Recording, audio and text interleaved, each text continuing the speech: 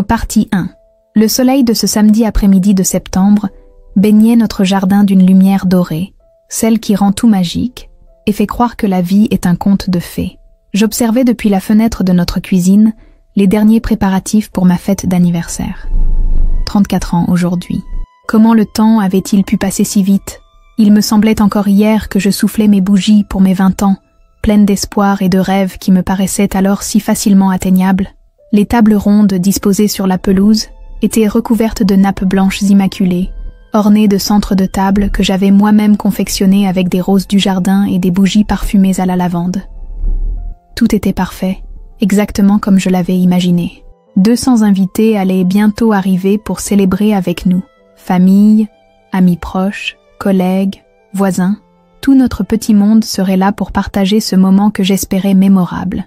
Marc, mon mari depuis maintenant 12 ans, s'affairait près du barbecue avec ses amis d'enfance, Pierre et Julien. Leur rire résonnait dans l'air tiède, mélangé aux notes de jazz qui s'échappaient des haut-parleurs discrètement disposés autour de la terrasse. Il portait cette chemise bleu marine que je lui avais offerte pour son dernier anniversaire, celle qui faisait ressortir ses yeux noirs et lui donnait cet air décontracté que j'aimais tant. À 42 ans, il avait gardé cette prestance qui m'avait séduite dès notre première rencontre dans ce café près de l'université où j'enseignais la littérature française. Nos 2 enfants, Emma et Lucas, âgés respectivement de 10 et 8 ans, couraient entre les tables en compagnie de leurs cousins, leur voix cristalline ajoutant une note de joie pure à cette ambiance festive. Emma avait insisté pour porter sa robe à fleurs préférée, celle qui virevoltait quand elle tournait sur elle-même, et Lucas arborait fièrement son nouveau maillot de football, celui de son équipe favorite qu'il avait supplié son père de lui acheter pendant des semaines. Ma mère, Françoise, dirigeait les opérations en cuisine, avec l'efficacité militaire qui la caractérisait. À 68 ans, elle n'avait rien perdu de son énergie et de sa détermination. Elle coordonnait l'équipe de traiteurs que nous avions engagée, goûtant chaque plat, ajustant l'assaisonnement d'une sauce par-ci, rectifiant la présentation d'un plateau par-là. Rien ne devait être laissé au hasard pour l'anniversaire de sa fille unique. « Céleste, ma chérie, viens donc goûter cette mousse au chocolat avant que les invités arrivent », me lança-t-elle de sa voix chantante qui gardait encore les traces de son accent du sud-ouest. Il me semble qu'elle manque peut-être d'un soupçon de Grand Marnier. Je m'approchai de ma mère, humant au passage les délicieux arômes qui s'échappèrent de la cuisine. Tout sentait bon, le gigot d'agneau qui mijotait doucement dans le four, les petits légumes confits, le gratin dauphinois doré à point, sans oublier ce gâteau d'anniversaire à 3 étages que ma mère avait préparé avec amour, recouvert d'un glaçage blanc nacré et décoré de roses en pâte d'amande rose pâle. « Maman, tout est absolument délicieux comme toujours », lui dis-je en dégustant une cuillerée de mousse. « Et cette mousse est parfaite telle qu'elle est. Tu te surpasses vraiment. » Elle rougit légèrement, ce qui lui arrivait toujours quand on la complimentait sur sa cuisine, même après toutes ces années. « Oh, tu sais, ce n'est rien d'extraordinaire. Je voulais juste que tout soit parfait pour ton grand jour. Mon grand jour. » Ces mots résonnaient étrangement dans ma tête. Pourquoi avais-je cette sensation bizarre, cette petite pointe d'anxiété qui me serrait l'estomac? Peut-être était-ce simplement l'appréhension normale avant une grande fête, cette peur que quelque chose se passe mal, qu'un invité ne se sente pas à l'aise, que la nourriture ne suffise pas, que la musique soit trop forte ou pas assez, ou peut-être était-ce autre chose. Ces derniers mois, j'avais remarqué quelques changements chez Marc. Rien de flagrant, rien que je puisse vraiment nommer ou définir clairement. Juste de petites choses. Il rentrait parfois plus tard du bureau, il passait plus de temps sur son téléphone, il semblait parfois absent quand nous discutions le soir après le coucher des enfants. Quand je lui posais des questions sur ses journées, ses réponses étaient devenues plus évasives, plus courtes. Et puis il y avait cette nouvelle passion pour le yoga qu'il avait développée il y a environ 6 mois. Au début, j'avais trouvé cela formidable. Marc avait toujours été plutôt du genre sédentaire, préférant un bon livre ou un match de football à la télévision à toute forme d'exercice physique. Quand il m'avait annoncé qu'il s'était inscrit à des cours de yoga pour améliorer sa forme physique et gérer le stress du travail, j'avais été la première à l'encourager. « C'est une excellente idée, chérie », lui avais-je dit. « Cela te fera le plus grand bien de prendre du temps pour toi et de t'occuper de ton corps. » Il avait commencé par 2 séances par semaine, puis rapidement, c'était devenu 3, puis 4. Il parlait sans cesse de sa professeure, Amélie, et de ses méthodes révolutionnaires. Amélie par-ci, Amélie par-là.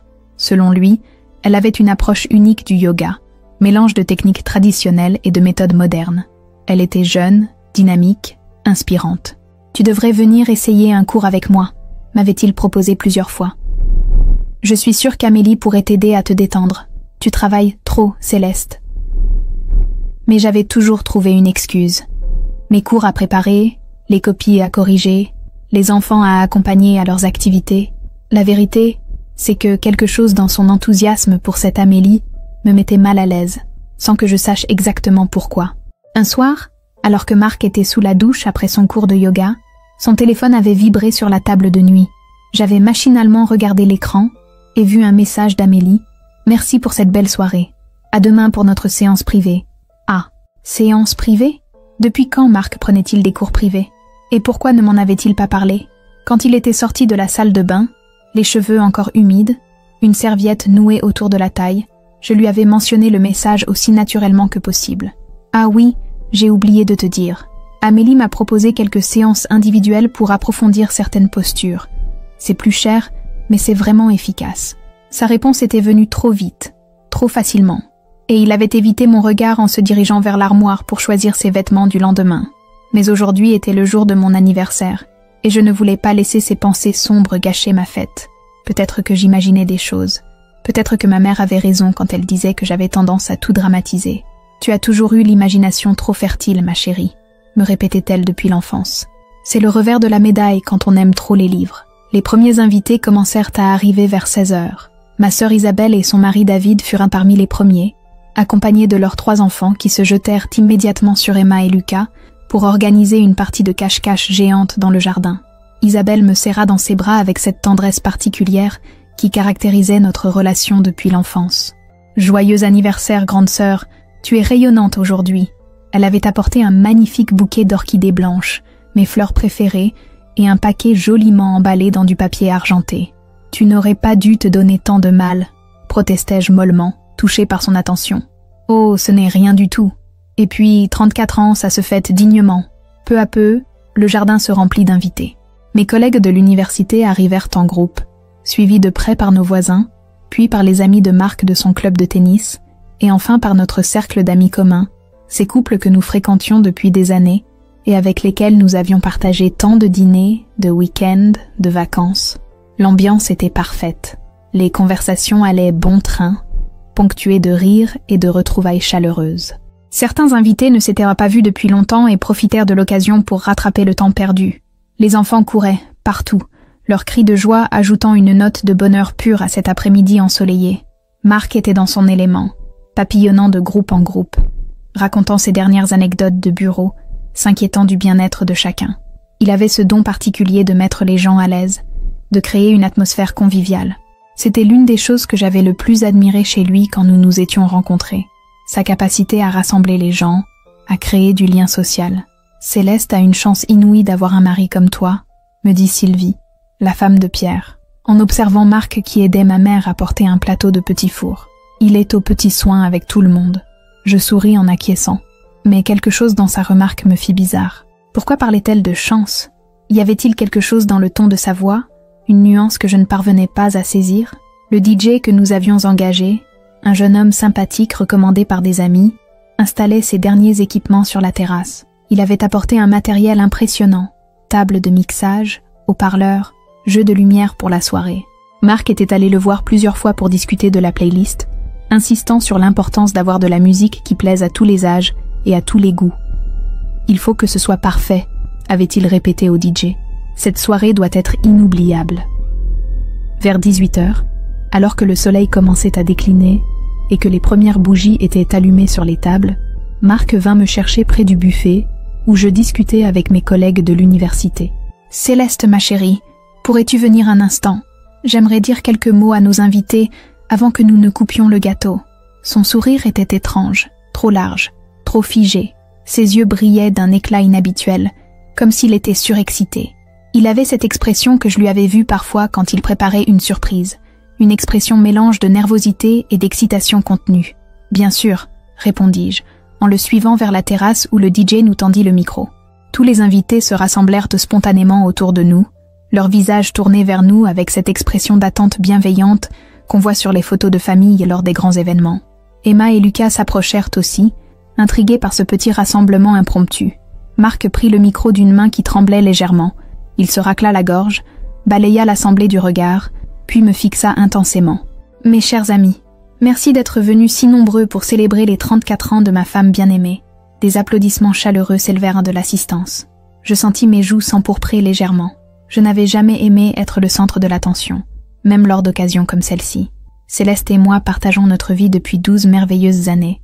Nous avons construit ensemble une belle famille, une maison, des souvenirs. Il marqua une pause, et quelque chose dans son regard changea.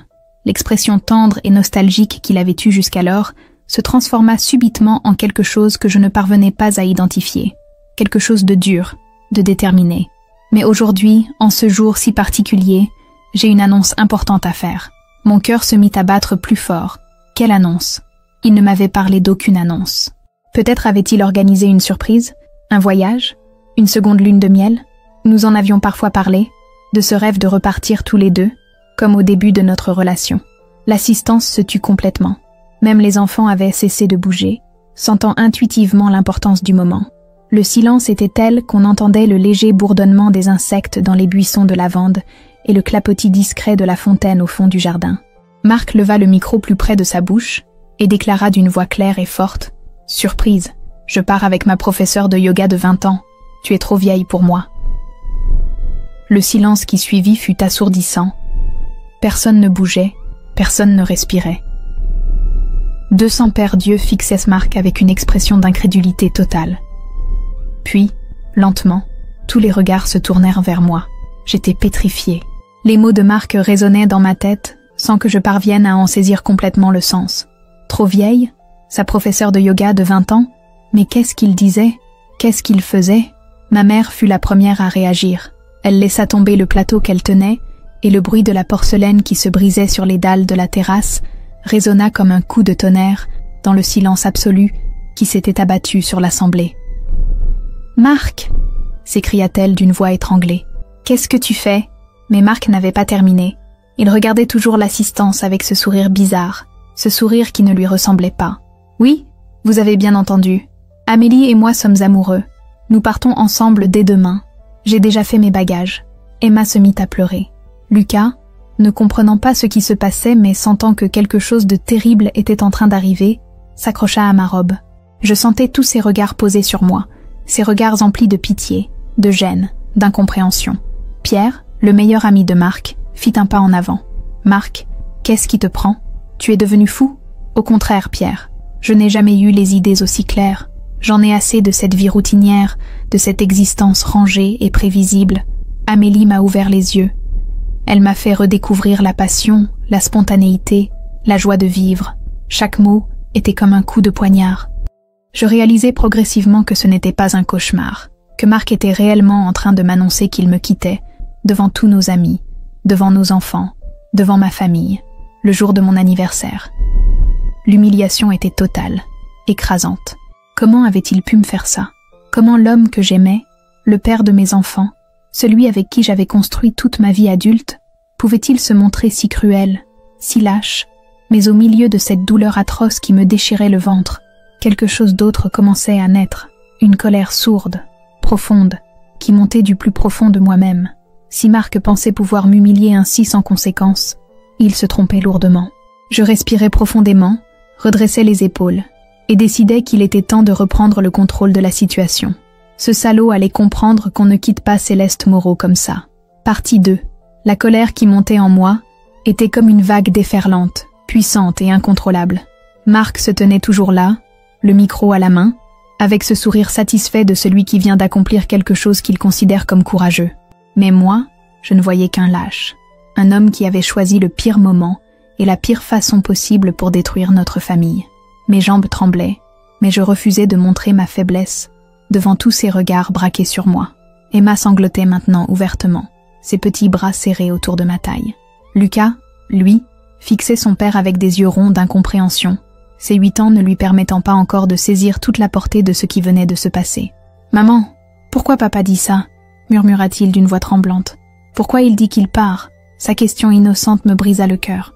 Comment expliquer à un enfant que son père venait de choisir de briser leur famille pour une fille à peine plus âgée que certains de mes étudiants? Comment lui faire comprendre que l'homme qu'il admirait, qu'il prenait pour modèle, venait de commettre l'acte le plus égoïste et le plus destructeur possible?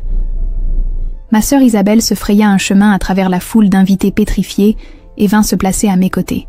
Son visage était livide de rage et d'incrédulité. « Marc, tu es un monstre !» cracha-t-elle, avec une violence que je ne lui connaissais pas. « Comment oses-tu faire ça? Comment oses-tu détruire ta famille devant tout le monde comme ça ?» Marc haussa les épaules avec une désinvolture qui me révolta. Cette indifférence face à la douleur qu'il causait, cette absence totale d'empathie pour ses propres enfants qui pleuraient. Qui était cet homme? Qu'était devenu le Marc que j'avais épousé? Isabelle, je sais que c'est difficile à comprendre, mais je dois suivre mon cœur. Je ne peux pas continuer à vivre un mensonge. Un mensonge? M'écriai-je enfin, trouvant ma voix malgré le choc. 12 ans de mariage, c'est un mensonge. Nos enfants, c'est un mensonge. Tout ce que nous avons construit ensemble, c'est un mensonge. Il me regarda alors, et pour la première fois depuis le début de cette mascarade, je vis une lueur d'hésitation dans ses yeux, mais elle ne dura qu'une seconde. Céleste, tu le sais très bien, nous nous sommes éloignés. Nous ne sommes plus les mêmes personnes qu'au début. Avec Amélie, je me sens revivre. Avec Amélie, répétai-je avec amertume. Cette gamine de 20 ans qui pourrait être ta fille. Tu te rends compte de ce que tu dis? L'assistance commençait à sortir de sa stupeur. Des murmures s'élevèrent de partout, mélange d'indignation, de gêne et de pitié. Je voyais mes amis qui me regardaient avec des yeux pleins de compassion, mes collègues qui ne savaient plus où se mettre, mes voisins qui découvraient un aspect de notre couple dont ils ne soupçonnaient rien. Pierre, le meilleur ami de Marc depuis l'enfance, s'approcha de lui et lui posa fermement la main sur l'épaule. « Marc, ça suffit maintenant. Tu es en train de faire une énorme erreur. Réfléchis à ce que tu es en train de faire à tes enfants, à Céleste, à tous tes amis qui sont là. Mes amis comprendront, » répliqua Marc en se dégageant. « Du moins, mes vrais amis. Et mes enfants s'habitueront. Ils sont jeunes, ils s'adaptent vite. » Cette dernière phrase me fit l'effet d'une gifle. Comment pouvait-il parler de nos enfants avec tant de désinvolture? Comme s'ils étaient des objets qu'on pouvait manipuler à sa guise, des variables d'ajustement dans ses projets égoïstes.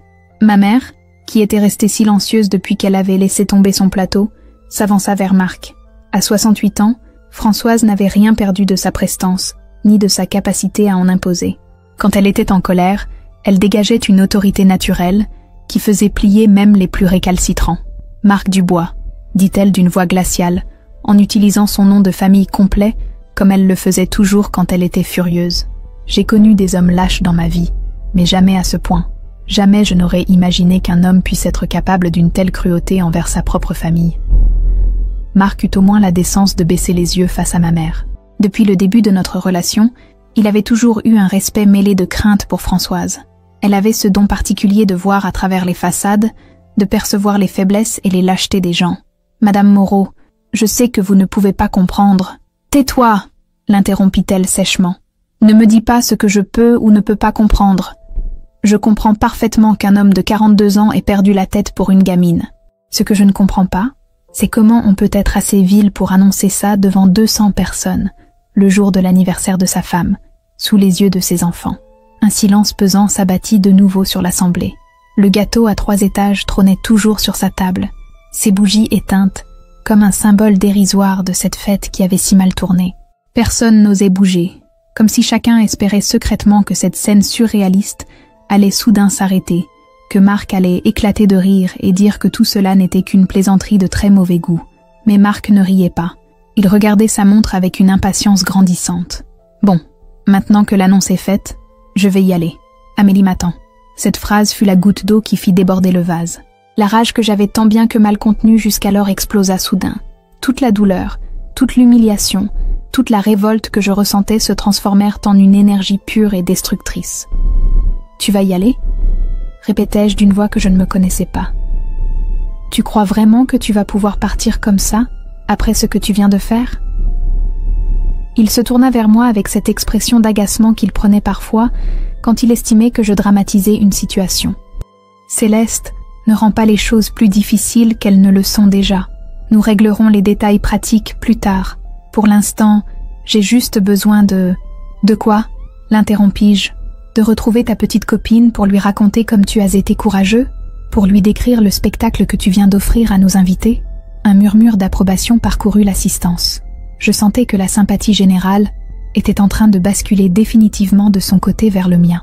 Même ses propres amis le regardaient là maintenant avec dégoût et incompréhension. « Écoute, Céleste, non, c'est toi qui vas m'écouter, » le coupai-je en m'avançant vers lui. « Tu viens de détruire notre famille devant tout le monde.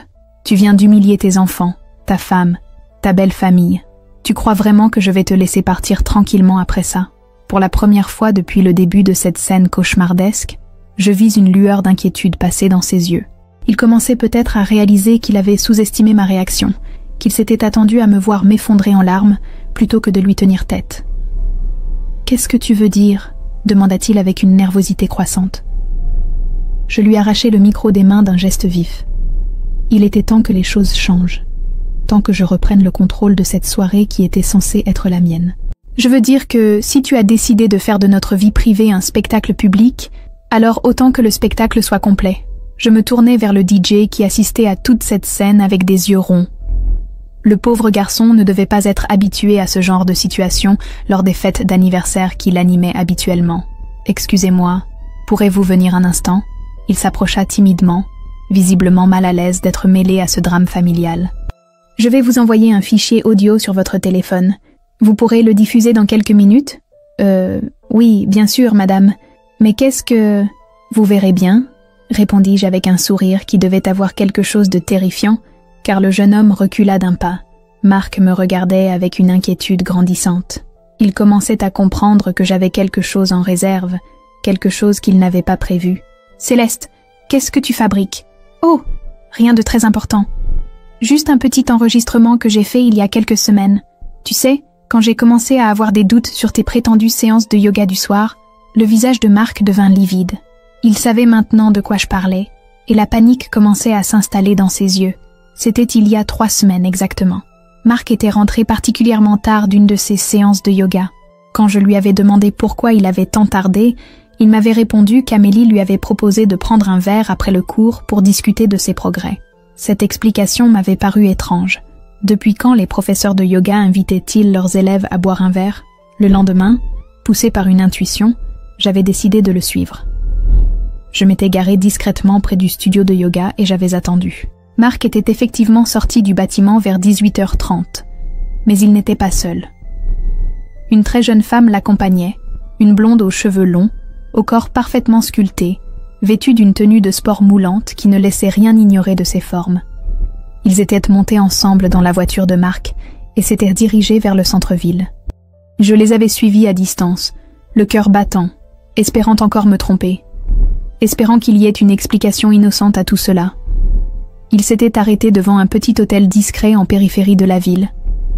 Un de ces établissements bon marché où l'on ne pose pas de questions et où l'on paie en espèces.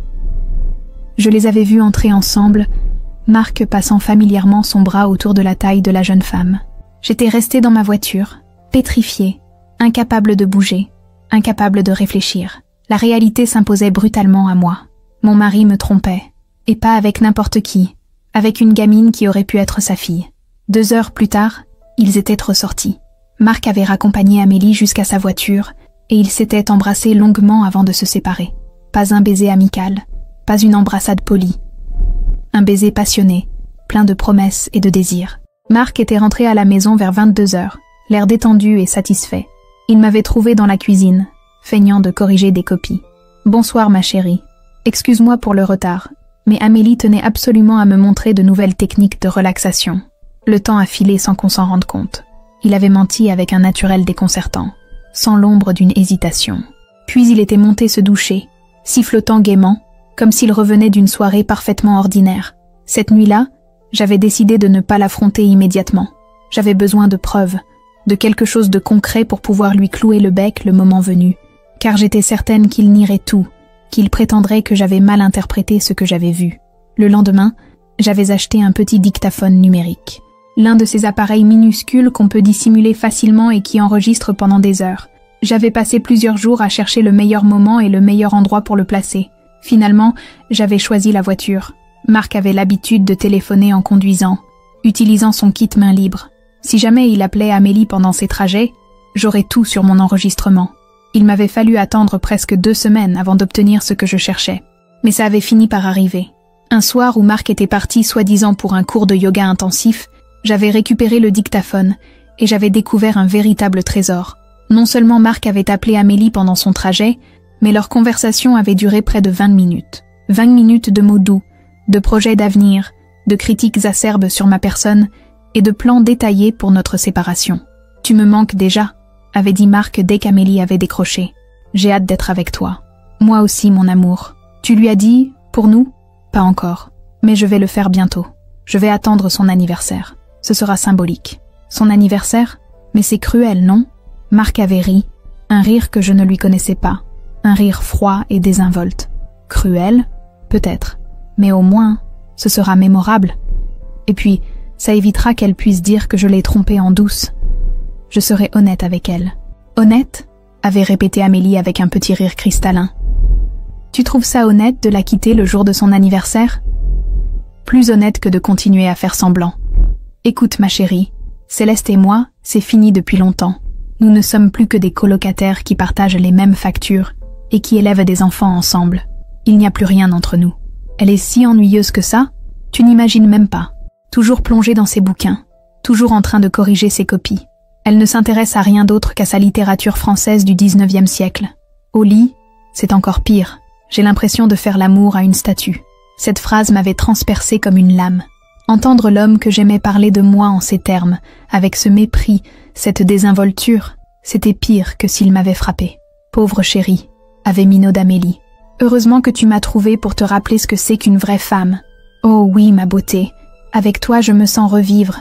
Tu es si jeune, si fraîche, si spontanée. Tu me donnes envie de tout recommencer. Et les enfants ? Quoi les enfants ? Tu ne vas pas les regretter ? Il y avait eu un silence. Puis Marc avait soupiré. Bien sûr que ça me fait quelque chose. Mais ils sont encore jeunes. Ils s'habitueront. Et puis, je ne disparaîtrai pas complètement de leur vie. Je les verrai un week-end sur 2 pendant les vacances. L'important, c'est que je puisse enfin être moi-même, que je puisse vivre ma passion avec toi. J'ai hâte qu'on parte en voyage ensemble, avait roucoulé Amélie. Tu m'emmèneras vraiment aux Maldives ? Bien sûr, ma chérie. Dès que tout sera réglé avec Céleste, nous partirons. Une nouvelle vie commence pour nous. Et pour l'argent ? Tu crois qu'elle va être difficile ? Ne t'inquiète pas pour ça. J'ai déjà tout prévu. Mon avocat dit que j'ai de bonnes chances d'obtenir la garde partagée, ce qui réduira considérablement le montant de la pension alimentaire. Et pour la maison, nous serons obligés de la vendre. Avec ma part, nous pourrons nous acheter un joli appartement, rien qu'à nous. Ils avaient continué sur ce ton pendant encore plusieurs minutes, planifiant leur avenir sur les ruines de notre famille, partageant mes biens avant même de m'avoir annoncé leur décision. Chaque mot était un coup de couteau supplémentaire. Maintenant, face à Marc qui blêmissait de seconde en seconde, je savourais par avance le moment où tous nos invités allèrent découvrir qui était vraiment l'homme qu'ils croyaient connaître. « Céleste, s'il te plaît », murmura-t-il en s'approchant de moi. « Ne fais pas ça. Pense aux enfants. »« Penser aux enfants ?» répétai-je avec amertume. « C'est maintenant que tu penses aux enfants ? Pas quand tu planifiais notre séparation avec ta maîtresse ? Pas quand tu décidais de détruire leur famille pour pouvoir partir aux Maldives avec une gamine ?» Un murmure de stupeur parcourut l'assistance. Les mots « maîtresse » et « Maldives » avaient fait leur effet. Tout le monde comprenait maintenant que cette histoire ne datait pas d'hier, que Marc nous avait tous trompés depuis des mois. Je sortis mon téléphone et envoyai le fichier audio au DJ. Mes mains ne tremblaient moins plus. J'étais d'un calme olympien, porté par une détermination qui me surprenait moi-même. « Voilà », dis-je au jeune homme. « Vous pouvez diffuser ça maintenant. » Marc tenta de se précipiter vers le matériel de sonorisation, mais Pierre et Julien l'interceptèrent. Ses propres amis l'empêchaient de maintenant de fuir ses responsabilités. « Marc, reste ici », lui dit fermement Pierre. « Tu as voulu faire un spectacle, alors tu vas l'assumer jusqu'au bout. » Le DJ, bien qu'embarrassé par la situation, enclencha la diffusion. Les premiers mots de Marc résonnèrent dans les haut-parleurs avec une clarté parfaite. Knock, partie 3. « Tu me manques déjà. J'ai hâte d'être avec toi. » La voix de Marc résonna dans les haut-parleurs avec une clarté cristalline, portée par la brise du soir jusqu'aux confins du jardin. 200 personnes figées dans un silence absolu écoutèrent mon mari déverser ses sentiments à sa maîtresse, ignorant qu'il avait été enregistré. « Moi aussi, mon amour. Tu lui as dit « pour nous ?» La voix d'Amélie était exactement comme je l'avais imaginé, jeune, cristalline, avec cette insouciance caractéristique de ceux qui n'ont jamais vraiment souffert. Une voix de petite fille gâtée qui prend ce qu'elle veut sans se soucier des conséquences. Marc était devenu livide. Il regardait désespérément autour de lui, cherchant un moyen d'arrêter la diffusion, mais Pierre et Julien l'encadraient fermement, l'empêchant de bouger. Ses propres amis étaient devenus ses geôliers, et je voyais dans leurs yeux qu'ils étaient aussi choqués que les autres invités par ce qu'ils découvraient. Pas encore, mais je vais le faire bientôt. Je vais attendre son anniversaire. Ce sera symbolique. Un frisson d'horreur parcourut l'assistance. Ainsi, cette humiliation publique n'était pas un geste spontané, une décision prise sous le coup de l'émotion. Marc avait prémédité cette cruauté. Il avait planifié de détruire ma fête d'anniversaire des semaines à l'avance. Ma mère porta la main à sa bouche, les yeux brillants de larmes. Isabelle serra les poings, son visage déformé par une rage qu'elle contenait difficilement. Autour de nous, les murmures d'indignation commençaient à s'élever, mais ils furent rapidement étouffés car personne ne voulait manquer la suite de cette révélation. Son anniversaire? Mais c'est cruel, non? Au moins, la petite Amélie avait encore quelques scrupules. Mais cela ne dura pas longtemps. Le rire de Marc retentit dans les haut-parleurs, ce rire que je ne lui connaissais pas, froid et méprisant. Cruel? Peut-être. Mais au moins, ce sera mémorable. Et puis, ça évitera qu'elle puisse dire que je l'ai trompée en douce. Je serai honnête avec elle. Plusieurs femmes dans l'assistance étouffèrent des exclamations d'indignation. Comment pouvait-il parler d'honnêteté alors qu'il me trompait depuis des mois? Comment pouvait-il présenter cette humiliation publique comme un acte de franchise? Honnête? Tu trouves ça honnête de la quitter le jour de son anniversaire? Plus honnête que de continuer à faire semblant. Écoute, ma chérie, Céleste et moi, c'est fini depuis longtemps. Nous ne sommes plus que des colocataires qui partagent les mêmes factures et qui élèvent des enfants ensemble. Il n'y a plus rien entre nous. Cette phrase me fit mal, mais pas autant que je l'aurais cru. Peut-être parce que j'avais eu le temps de m'y habituer depuis que j'avais découvert cet enregistrement, ou peut-être parce que la colère était devenue plus forte que la douleur. Autour de moi, je voyais les visages de nos amis se transformer. La gêne et la pitié qu'ils éprouvaient pour moi cédaient progressivement la place à la colère et au dégoût envers Marc. Certains de nos invités commençaient même à secouer la tête avec réprobation. « Elle est si ennuyeuse que ça? Tu n'imagines même pas. Toujours plongée dans ses bouquins, toujours en train de corriger ses copies. Elle ne s'intéresse à rien d'autre qu'à sa littérature française du 19e siècle. » Au lit, c'est encore pire. J'ai l'impression de faire l'amour à une statue. Cette fois, ce fut comme si une bombe avait explosé dans l'assistance. Des exclamations outrées s'élevèrent de partout. Comment osait-il dévoiler ainsi notre intimité? Comment pouvait-il me rabaisser de cette manière devant une gamine qu'il connaissait depuis quelques mois? Ma mère fit un pas vers Marc, et je crus un instant qu'elle allait le gifler. Ses yeux lançaient des éclairs et ses mains tremblaient de rage contenue. « Espèce de porc !» siffla-t-elle entre ses dents. « Comment oses-tu parler ainsi de ma fille ?» Marc ne répondit pas. Il fixait le sol, incapable de soutenir le regard de quiconque. Pour la première fois depuis le début de cette soirée, il semblait réaliser l'énormité de ce qu'il avait fait, et dit « Pauvre chérie, heureusement que tu m'as trouvé pour te rappeler ce que c'est qu'une vraie femme. » La voix d'Amélie dégoulinait de fausse compassion et de vanité. Cette petite garce était fière d'avoir volé le mari d'une autre, fière d'avoir brisé une famille. Elle se délectait de sa prétendue supériorité sur une femme qu'elle ne connaissait même pas. « Oh oui, ma beauté, avec toi je me sens revivre. Tu es si jeune, si fraîche, si spontanée. Tu me donnes envie de tout recommencer. » Chaque adjectif était un couteau planté dans le cœur de toutes les femmes présentes qui avaient à mon âge ou plus. Marc ne se contentait pas de me quitter. Il transformait cette trahison en critique de toute une génération de femmes qui avaient eu le tort de vieillir. Je vis Sylvie, la femme de Pierre, qui avait 40 ans, porter instinctivement la main à son visage, comme pour vérifier qu'elle n'était pas trop ridée. Catherine, ma collègue de l'université qui en avait 38, serra convulsivement son châle autour de ses épaules, soudain consciente de ne plus avoir 20 ans. Et les enfants, tous les regards se tournèrent vers Emma et Lucas. Ma fille sanglotait toujours contre moi, et mon fils restait figé, les yeux écarquillés, essayant de comprendre ce qui était en train d'arriver à sa famille. « Quoi, les enfants? Tu ne vas pas les regretter ?» Il y eut un silence dans l'enregistrement, un silence qui semblait durer une éternité. Tout le monde attendait la réponse de Marc, retenant son souffle. Comment un père pouvait-il répondre à une telle question? Bien sûr que ça me fait quelque chose. Mais ils sont encore jeunes, ils s'habitueront. Et puis, je ne disparaîtrai pas complètement de leur vie. Je les verrai un week-end sur 2, pendant les vacances. L'important, c'est que je puisse enfin être moi-même, que je puisse vivre ma passion avec toi. Emma releva la tête et fixa son père avec des yeux rouges de larmes. « Papa, c'est vrai ce que tu dis ? Tu nous aimes plus ?» La voix de ma fille brisa le cœur de tous les parents présents. Marc voulut s'approcher d'elle, mais elle recula et se serra plus fort contre moi. « Emma, ma chérie, ce n'est pas... »« Si !» cria-t-elle avec une rage surprenante pour ses 10 ans. « Tu dis qu'on va s'habituer. Tu dis que c'est pas grave si tu nous vois juste le week-end. Tu nous aimes plus. » Lucas, lui, restait muet, mais je voyais ses petites mains serrées en poing. À 8 ans, il ne comprenait peut-être pas tous les enjeux de la situation, mais il saisissait parfaitement que son père était en train de les abandonner pour une autre femme. L'enregistrement continuait, implacable. « J'ai hâte qu'on parte en voyage ensemble. Tu m'emmèneras vraiment aux Maldives ? » « Bien sûr, ma chérie. Dès que tout sera réglé avec Céleste, nous partirons. Une nouvelle vie commence pour nous. » Ainsi, non seulement Marc me quittait, mais il avait déjà planifié ses vacances de rêve avec sa maîtresse. Pendant que moi, je me débattrais avec les conséquences de notre séparation, les problèmes financiers, les enfants traumatisés, lui irait se dorer au soleil des Maldives avec une fille de 20 ans. Et pour l'argent, tu crois qu'elle va être difficile ? Cette question d'Amélie révélait sa véritable nature. Cette petite garce ne s'intéressait pas seulement au charme supposé de Marc, elle avait aussi des vues sur son portefeuille. Elle calculait déjà les bénéfices qu'elle pourrait tirer de cette liaison. « Ne t'inquiète pas pour ça. J'ai déjà tout prévu. Mon avocat dit que j'ai de bonnes chances d'obtenir la garde partagée, ce qui réduira considérablement le montant de la pension alimentaire. Et pour la maison, nous serons obligés de la vendre. Avec ma part, nous pourrons nous acheter un joli appartement, rien qu'à nous. » L'indignation atteignit son paroxysme.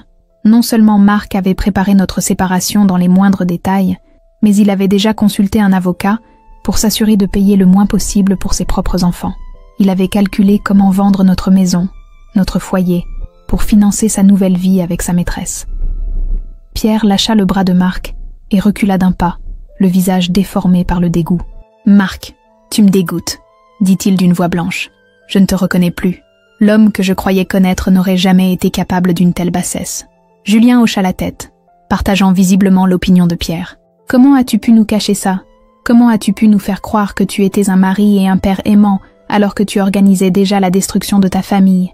Marc leva enfin les yeux, mais ce qu'il y lut sur tous les visages qui l'entouraient acheva de le défaire. Plus personne ne le regardait avec de la sympathie ou de la compréhension. Même ses plus proches amis l'observaient maintenant avec répulsion. L'enregistrement se termina sur les derniers mots échangés entre Marc et Amélie. Des mots d'amour et de promesses d'avenir qui résonnèrent comme une obscénité dans cette assemblée désormais hostile. Un silence de mort s'abattit sur le jardin. Seuls les sanglots d'Emma et les bruits de la nature environnante troublaient cette pause irréelle. 200 personnes regardaient Marc comme s'il était un monstre qui venait de retirer son masque. Je pris le micro et m'adressai à nos invités d'une voix calme et posée. « Mesdames et messieurs, mes chers amis, je vous présente mes excuses pour ce spectacle indigne. Ce n'était certainement pas ainsi que j'imaginais ma soirée d'anniversaire. » Quelques rires nerveux s'élevèrent de l'assistance. Malgré tout ce qui venait de se passer, ou peut-être à cause de cela, les gens appréciaient que je garde mon sang-froid et que je fasse preuve d'humour. Comme vous avez pu l'entendre, mon mari avait effectivement tout planifié. Il voulait que cette soirée soit mémorable et je dois reconnaître qu'il a réussi. Cette fois, les rires furent plus francs. Je sentais que l'assemblée était avec moi, qu'elle admirait ma dignité face à cette épreuve. Maintenant, j'aimerais vous demander une faveur. Cette fête était organisée pour célébrer mes 34 ans et je refuse de laisser les agissements de monsieur gâcher complètement cette soirée. Alors si cela ne vous dérange pas, j'aimerais que nous continuions à faire la fête. Des applaudissements spontanés éclatèrent dans l'assistance. Ces applaudissements étaient différents de ceux du début de soirée. Ils étaient chargés d'admiration, de soutien, de solidarité. Mes invités ne m'applaudissaient pas seulement pour mon anniversaire.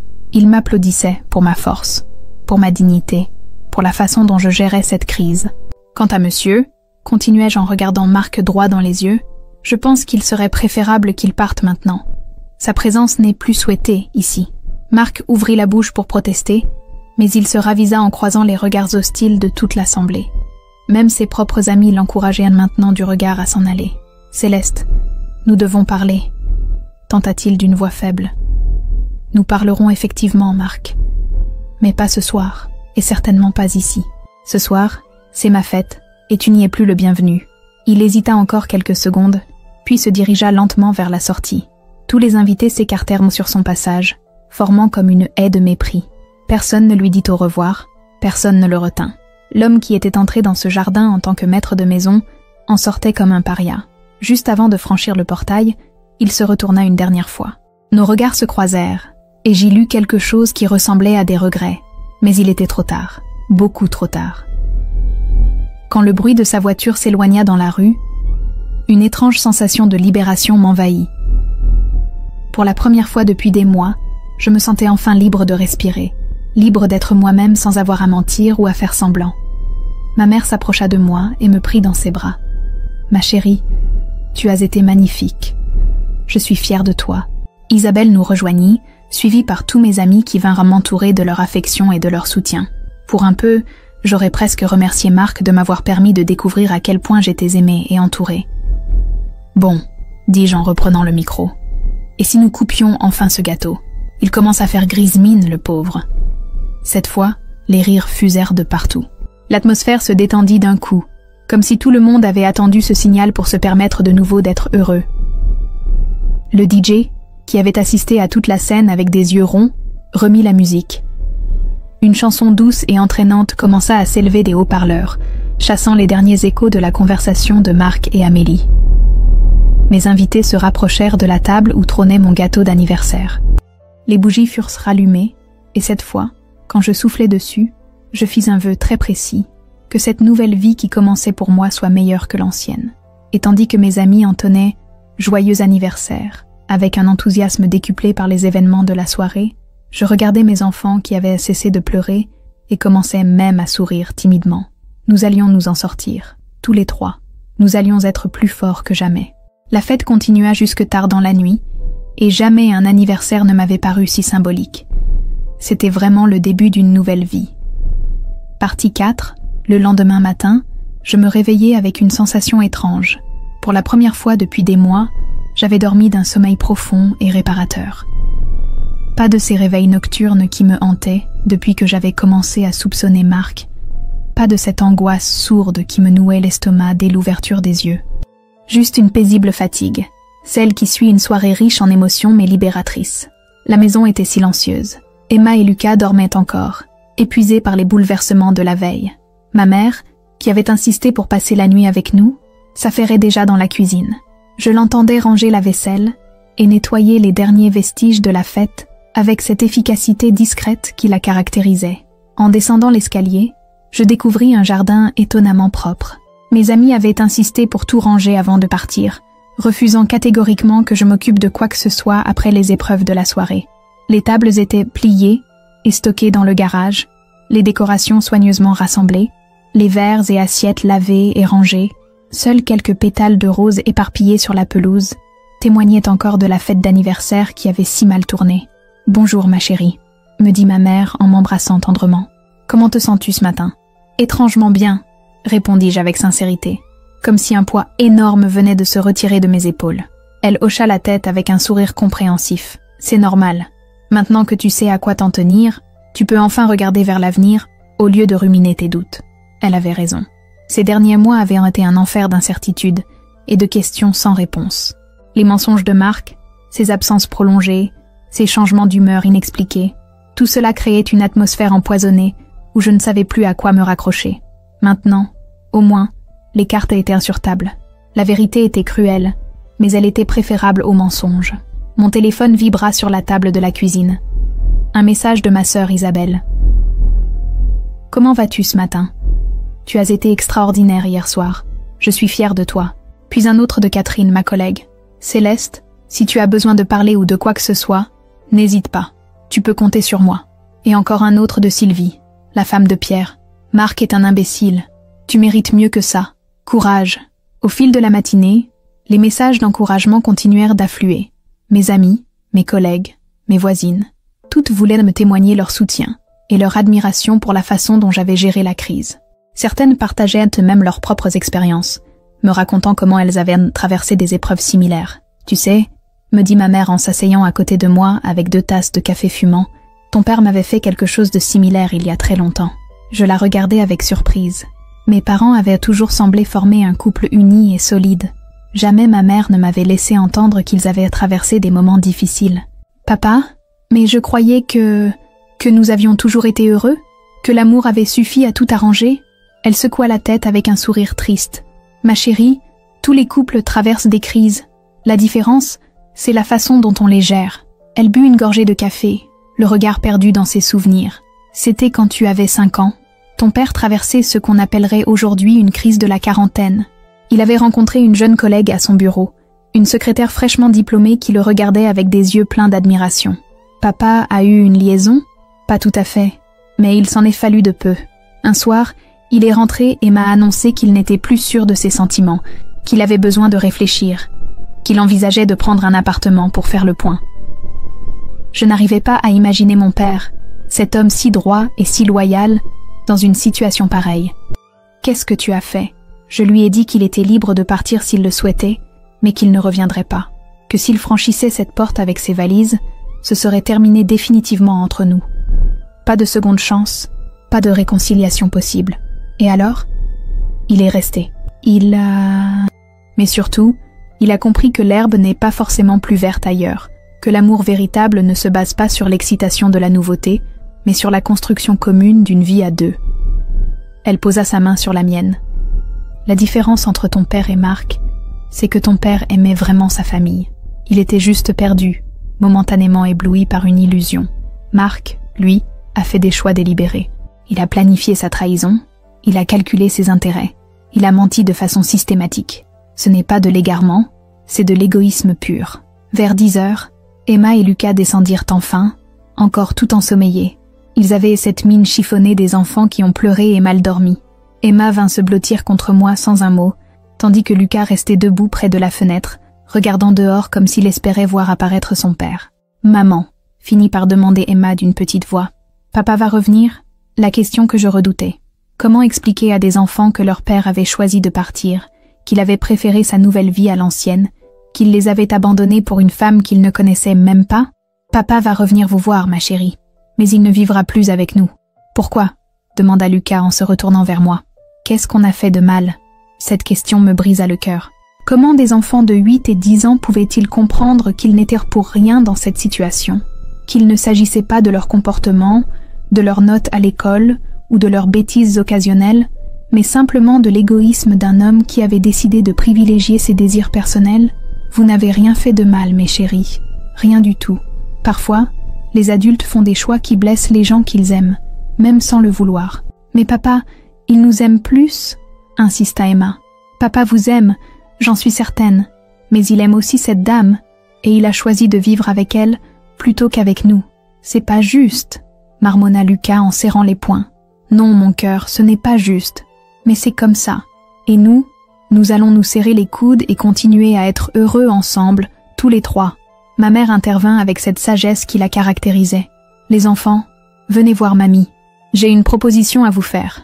Emma et Lucas s'approchèrent, intrigués malgré leur tristesse. Que diriez-vous si on organisait quelque chose de spécial pour compenser cette vilaine soirée d'hier? Un voyage, par exemple? Un voyage? Répéta Emma, les yeux qui commençaient à briller. Eh bien, j'ai toujours rêvé d'emmener mes petits-enfants en Bretagne, dans la maison où j'ai grandi.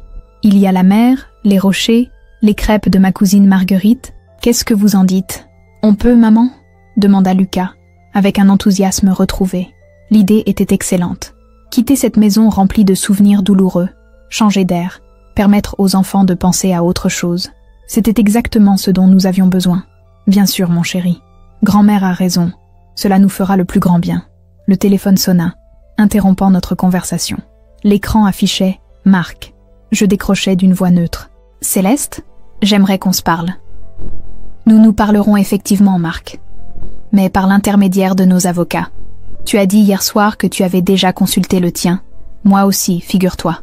Ce n'était pas vrai, mais l'effet escompté ne se fit pas attendre. Marc resta silencieux quelques secondes, visiblement déstabilisé. « Céleste, ne dramatisons pas. Nous pouvons régler ça entre adultes civilisés. »« Civilisés » l'interrompis-je avec un rire amer. « Tu parles de civilisation après le spectacle que tu as donné hier soir, après avoir humilié ta famille devant 200 personnes.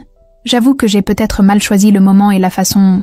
Peut-être, Marc, tu as délibérément choisi le jour de mon anniversaire pour m'annoncer que tu me quittais. Tu as planifié cette humiliation des semaines à l'avance. Et en plus, tu as le culot de parler de maladresse? Bon, écoute, je reconnais que j'ai fait des erreurs. Mais maintenant, Il faut qu'on pense aux enfants. Je voudrais les voir. Tu veux voir les enfants? Très bien. Mais ce sera dans le cadre légal d'un droit de visite, pas selon ton bon plaisir. Céleste, soyons raisonnables. Raisonnables? Marc, hier soir, tu as expliqué devant tout le monde que tu avais déjà consulté un avocat pour réduire la pension alimentaire que tu verseras à tes propres enfants. Tu as annoncé que tu comptais vendre notre maison pour t'acheter un appartement avec ta maîtresse. Tu as dit que les enfants s'habitueraient à ne te voir qu'un week-end sur 2. Et tu me demandes d'être raisonnable? Ce n'est pas ce que je voulais dire. C'est pourtant ce que tu as dit, devant 200 témoins. Et maintenant, tu vas assumer les conséquences de tes paroles. Je raccrochais sans lui laisser le temps de répondre. Mes mains tremblaient légèrement, mais pas de peur ou de tristesse, de colère et de détermination. Ma mère me regardait avec admiration. Parfait, ma chérie. Il faut que tu sois ferme avec lui. Les hommes comme Marc ne comprennent que la force. Emma et Lucas m'observaient avec des yeux ronds. Ils n'avaient jamais vu leur mère s'opposer ainsi à leur père, tenir tête avec une telle assurance. « Maman, tu es en colère contre papa ?» demanda Emma. « Oui, ma chérie, je suis très en colère contre lui. Mais cette colère va m'aider à nous protéger, tous les trois. » L'après-midi, je pris rendez-vous avec Maître Durand, l'avocate que m'avait recommandée Isabelle. Une femme de 50 ans, spécialisée dans les divorces et reconnue pour sa fermeté et son efficacité. Si Marc voulait jouer au plus fin, il allait découvrir qu'il avait sous-estimé sa petite épouse effacée. « Madame Dubois, » me dit Maître Durand en parcourant le dossier que j'avais constitué, « votre situation est plutôt favorable. Adultère avéré, abandon du domicile conjugal, et surtout cet enregistrement qui prouve la préméditation et la mauvaise foi de votre mari. Qu'est-ce que cela signifie concrètement ? Cela signifie que vous avez d'excellentes chances d'obtenir la garde des enfants avec un droit de visite restreint pour le père. Cela signifie aussi qu'il devra vous verser une pension alimentaire conséquente, sans compter la prestation compensatoire. Et pour la maison ? Avec des enfants mineurs et votre situation de victime, le juge accordera probablement que vous puissiez y rester jusqu'à leur majorité. Votre mari devra soit vous racheter sa part, soit attendre que les enfants soient grands pour vendre. Pour la première fois depuis 24 heures, je souris vraiment. Marc croyait pouvoir m'écraser et partir aux Maldives avec sa petite copine. Il allait déchanter. Il y a autre chose, ajoutai-je en sortant de mon sac une clé USB. Marc ne sait pas que j'ai aussi enregistré d'autres conversations, notamment celle où il explique à Amélie comment il compte cacher une partie de ses revenus pour réduire le montant de la pension. Maître Durand leva un sourcil intéressé.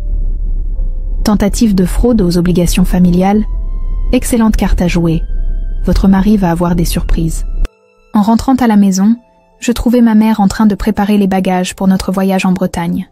Emma et Lucas coururent dans le jardin, leur humeur déjà un peu meilleure, grâce à la perspective de cette escapade. Mon téléphone vibra. Un message de Pierre, l'ami de Marc. « Céleste, je tenais à te dire que je suis profondément désolée. Marc a perdu la tête. Nous ne comprenons pas ce qui lui est passé par la tête.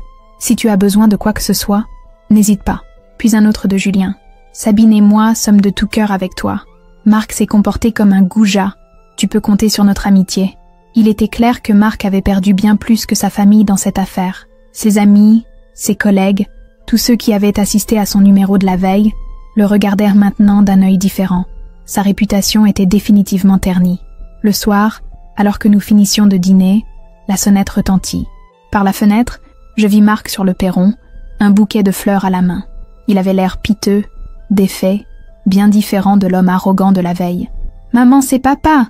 s'écria Lucas en se précipitant vers la porte.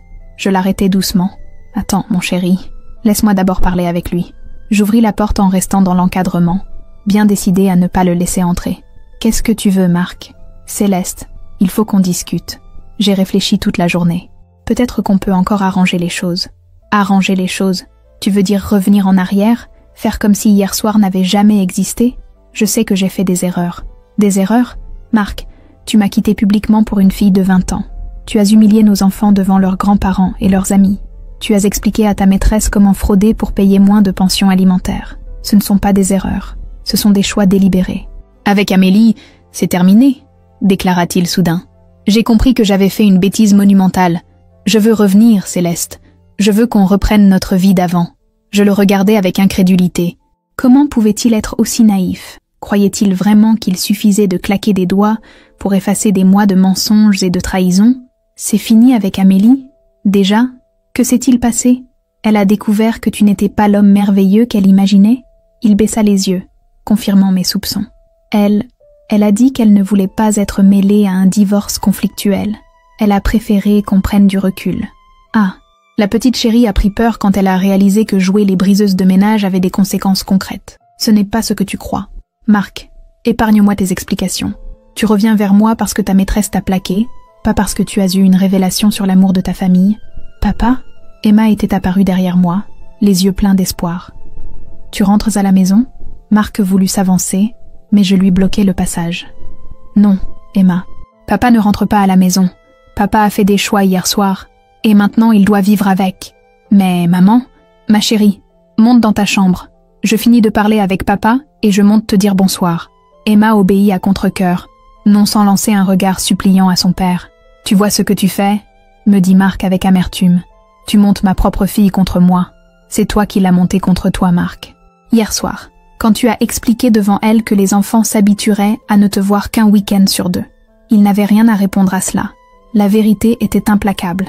Céleste, je suis prêt à tout pour rattraper mes erreurs. Tout? Vraiment tout? Oui. Alors commence par aller te confesser à tes enfants. Explique-leur pourquoi tu les as abandonnés pour une fille que tu connais depuis quelques mois. Explique-leur pourquoi tu as préféré blesser leur mère plutôt que d'avoir le courage de partir discrètement. Et surtout, explique-leur pourquoi tu ne reviens que maintenant que ta petite copine t'a plaqué. Tu es cruelle, Céleste. Non, Marc, je suis juste lucide. Pour la première fois depuis longtemps. Je refermai la porte sur son visage défait. Cette fois, c'était vraiment fini. Et étrangement, cela me faisait moins mal que je ne l'aurais cru. Partie 5. Conclusion. 6 mois plus tard, je me tenais dans le hall du tribunal de grande instance, vêtue de mon plus beau tailleur noir. Mes cheveux, que j'avais laissés pousser et que j'avais fait couper dans un salon chic, encadraient mon visage d'une façon qui me donnait une assurance nouvelle. J'avais perdu du poids pendant ces mois difficiles, mais paradoxalement, je ne m'étais jamais sentie aussi forte. À mes côtés, Maître Durand consultait une dernière fois ses notes. Le divorce était sur le point d'être prononcé, et toutes les négociations préalables avaient tourné en ma faveur. Marc, représenté par un avocat visiblement mal à l'aise, avait dû accepter des conditions bien différentes de celles qu'il avait initialement escomptées. « Madame Dubois », me murmura mon avocate, « votre ex-mari semble particulièrement nerveux aujourd'hui. Je pense qu'il réalise enfin l'ampleur des conséquences de ses actes. » Effectivement, Marc était méconnaissable. L'homme arrogant et sûr de lui qui m'avait humilié devant 200 personnes avait cédé la place à quelqu'un de voûté, aux traits tirés, qui évitait soigneusement mon regard. Ses tentatives répétées de réconciliation au cours de ces 6 mois avaient toutes échoué face à ma détermination inflexible. La première fois qu'il était revenu, c'était 3 semaines après la fameuse soirée. Amélie l'avait effectivement quitté, réalisant que sa belle histoire d'amour allait lui coûter cher en réputation et en tranquillité. La petite princesse de 20 ans n'avait pas supporté les regards réprobateurs, les commérages, les complications d'une liaison avec un homme marié en instance de divorce. Elle n'était pas celle que je croyais, m'avait confié Marc lors d'une de ses tentatives pathétiques de réconciliation. Dès que les choses sont devenues compliquées, elle s'est volatilisée. Que croyais-tu, Marc? Qu'une fille de 20 ans allait assumer les conséquences d'une liaison avec un homme marié de 42 ans? Qu'elle allait t'attendre sagement pendant que tu réglais ton divorce et tes problèmes familiaux? Il n'avait rien répondu, comprenant enfin qu'il avait tout sacrifié pour une illusion. Mais il était trop tard, beaucoup trop tard, car pendant ces 6 mois, j'avais découvert une femme que je ne connaissais pas, moi-même. Une femme forte, indépendante, capable de prendre des décisions difficiles et de les assumer. Une femme qui n'avait plus besoin de l'approbation d'un homme pour exister. Le voyage en Bretagne avec ma mère et les enfants avait marqué le début de cette renaissance. Loin de cette maison chargée de souvenirs douloureux, nous avions retrouvé une complicité familiale que les mensonges de Marc avaient obscurcie. Emma et Lucas avaient renoué avec l'insouciance de l'enfance, construisant des châteaux de sable et courant sur les plages infinies de la côte bretonne. « Maman », m'avait dit Emma un soir, alors que nous regardions le coucher de soleil depuis les rochers, « tu es plus belle quand tu souris ». Cette remarque innocente m'avait fait réaliser que j'avais passé des mois, peut-être même des années, à ne plus vraiment sourire. La méfiance, les doutes, les mensonges de Marc avaient progressivement éteint ma joie de vivre sans que je m'en rende compte. De retour à la maison, j'avais entrepris de grands changements. D'abord, j'avais redécoré entièrement notre chambre conjugale, effaçant toute trace de la présence de Marc. Nouvelles couleurs, nouveaux meubles, nouveau linge de lit. J'avais transformé cet espace en sanctuaire personnel où je pouvais enfin respirer librement. Ensuite, J'avais repris contact avec des amies que j'avais négligées pendant mon mariage. Étonnamment, beaucoup d'entre elles avaient vécu des expériences similaires. Des déjeuners entre filles s'étaient organisés, puis des sorties, des spectacles, des expositions. Je redécouvrais les plaisirs simples de la complicité féminine. Tu sais, m'avait dit Sophie, une ancienne collègue de l'université, ton histoire a fait le tour de tous nos cercles d'amis. Tu es devenue une légende. La femme qui a cloué le bec à son mari infidèle devant 200 personnes. L'anecdote de ma vengeance était effectivement devenue célèbre dans notre ville. Partout où j'allais, je croisais des regards admiratifs, des sourires complices. Des femmes que je connaissais à peine venaient me féliciter pour mon courage et ma dignité. J'étais devenue malgré moi un symbole de la femme qui refuse de se laisser humilier. Au niveau professionnel aussi, les choses avaient évolué. Mon chef de département, impressionné par la façon dont j'avais géré cette crise personnelle, m'avait proposé de prendre la responsabilité d'un nouveau programme de recherche sur la littérature féminine du XIXe siècle. Un projet passionnant qui me permettait de conjuguer mes compétences académiques et mon expérience personnelle de la condition féminine. Votre vécu récent apporte une dimension particulière à votre approche des textes, m'avait-il dit. Vous comprenez maintenant de l'intérieur ce que vivaient ces femmes qui luttaient pour leur émancipation. Il avait raison. Lire George Sand ou Colette avec les yeux d'une femme qui avait elle-même brisé ses chaînes donnait une profondeur nouvelle à mon travail. J'avais même commencé à écrire un essai sur les stratégies de résistance féminine dans la littérature du XIXe siècle, qui suscitait déjà l'intérêt de plusieurs éditeurs. Emma et Lucas s'étaient-ils progressivement adaptés à cette nouvelle configuration familiale. Contrairement à ce qu'avait prédit Marc, ils ne s'étaient pas habitués à son absence. Ils l'avaient surmonté. Les visites de leur père, strictement encadrées par le juge, se déroulèrent dans un climat cordial mais distant. Marc n'était plus le héros qu'ils admiraient, mais simplement un père qu'ils voyaient un week-end sur 2 et pendant la moitié des vacances scolaires. « Papa a l'air triste », m'avait confié Lucas après une de ses visites. « Il arrête pas de nous demander si on est heureux sans lui. Et qu'est-ce que vous lui répondez? Qu'on est heureux avec toi, et que c'est lui qui est parti, pas nous. » La logique implacable des enfants. Marc récoltait ce qu'il avait semé. Financièrement, la situation était même meilleure qu'avant. La pension alimentaire généreuse que le juge avait fixée, additionnée à mon salaire d'enseignante et aux revenus de mon travail d'écriture, nous permettait de vivre confortablement. Nous avions même pu nous offrir des vacances en Italie l'été dernier, un voyage que Marc et moi avions toujours remis à plus tard, faute de moyens. « L'huissier !» annonça Maître Durand en me tirant de mes pensées. Le moment était venu. Nous entrâmes dans la salle d'audience, une pièce austère aux murs lambrissés, où se jouait le dernier acte de mon mariage. Le juge, une femme d'une 50aine d'années au regard perçant, prit connaissance des derniers éléments du dossier. « Monsieur Dubois », dit-elle en s'adressant à Marc, « votre comportement lors de l'annonce de votre séparation a été particulièrement choquant. Humilier publiquement votre épouse et vos enfants le jour de l'anniversaire de madame témoigne d'une insensibilité qui aggrave considérablement les torts que vous portez dans cette affaire. » Marc baissa la tête, incapable de soutenir le regard sévère de la magistrate. De plus, les enregistrements versés au dossier révèlent une préméditation et une volonté délibérée de nuire aux intérêts financiers de votre famille. Cette attitude est incompatible avec vos devoirs d'époux et de père. Le jugement fut sans appel. Divorce prononcé aux torts exclusifs de Marc, garde des enfants attribuée à la mère avec un droit de visite restreint pour le père, pension alimentaire maintenue au taux maximal, autorisation pour moi de conserver le domicile conjugal jusqu'à la majorité des enfants. De plus, ajouta le juge, compte tenu de la gravité des faits reprochés à monsieur, madame conservera l'usage du nom marital aussi longtemps qu'elle le souhaitera. Cette dernière clause fit sourire Maître Durand. C'était un détail symbolique, mais important. Je resterai madame Dubois par choix, pas par obligation, et Marc ne pourrait jamais l'oublier.